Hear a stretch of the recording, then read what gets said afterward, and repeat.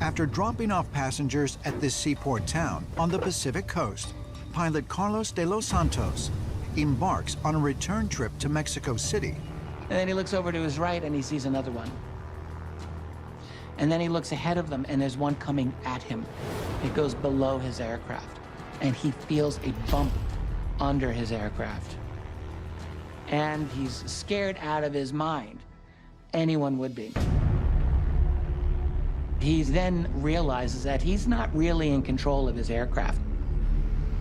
His aircraft is moving in a way that seems to respond to these objects, not to him. He goes to move the yoke, and the yoke is moving on itself. The plane starts climbing to 3,000 meters. That's the ceiling of the Piper. If it climbs any further, it will stall out. He will lose control. The plane will fall out of the sky.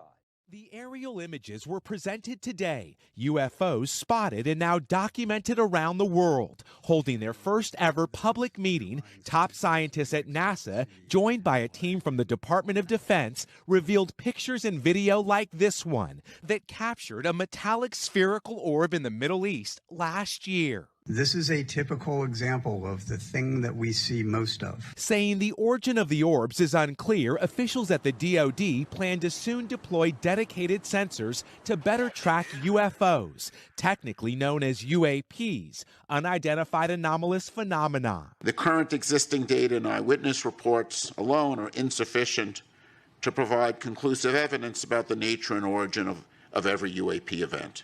Confirming 50 to 100 new reports a month, NASA officials say most sightings can be explained, but 2 to 5% remain a mystery. Today's preliminary findings, which only include unclassified data, come ahead of a full report expected in July. There's a real stigma among people reporting events.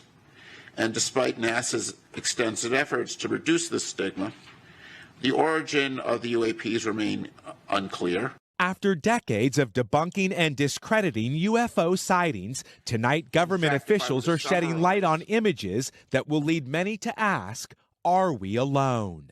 Miguel Almaguer, NBC News.